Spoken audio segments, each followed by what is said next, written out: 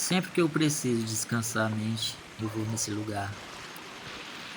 Um ótimo lugar para você ficar tranquilo, sem pensar em nada, apenas desfrutar da natureza.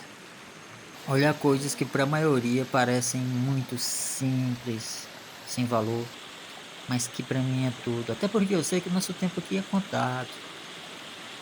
A gente tem que estar aí nesse meio, para se sentir vivo, para se sentir em casa. E sempre volto com os bolsos cheios de felicidade e com uma sensação um pouco estranha, porém boa, de ter gastado bem o meu tempo no meio da natureza selvagem.